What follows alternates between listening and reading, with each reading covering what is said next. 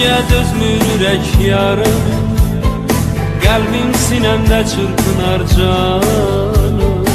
İstər sənin yanında mən qalım, getmə əzizim sevgili yarım.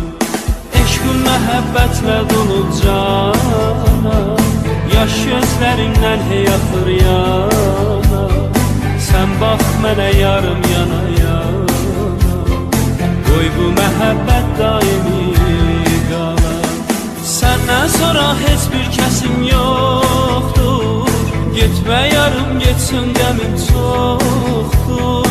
Ağlar keçər hər günlərim sənsiz, çətin gülə dodaqlarım mənsiz.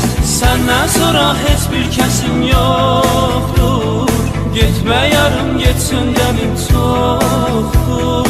Ağlar keçər hər günlərim sənsiz, çətin gülə dodaqlarım mənsiz.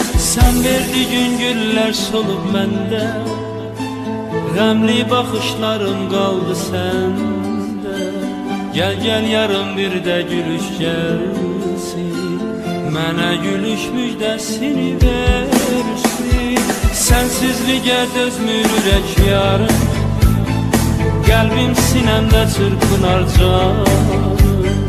İstər sənin yanında mən qalım, getmə əzizim sevgili yarım.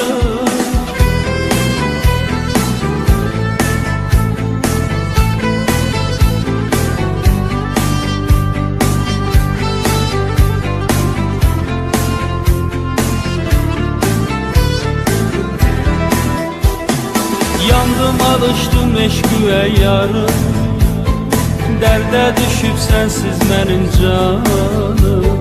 Sən bax mənə gəl gör mənim halım, tutsun səni ay gül mənim adım. Getmə qərarım otlanıb yandan, özgə demə ağlar günə qallar. Hər bir baxışla dərdini ağlar, rüyalarda səni yada sallar. Səndən sonra heç bir kəsim yoxdur, getmə yarım getsin qəmim çoxdur. Ağlar keçər hər günlərim sənsiz, çətin gülə dodaqlarım mənsiz.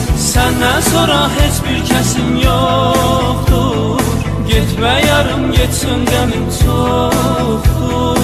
Ağlar keçər hər günlərim sənsiz, çətin gülə dodaqlarım mənsiz. Sən verdiyin güllər solub məndə, qəmli baxışlarım qaldı səndə. Gəl gəl yarım bir də gülüş gəlsin, mənə gülüş müjdəsini ver.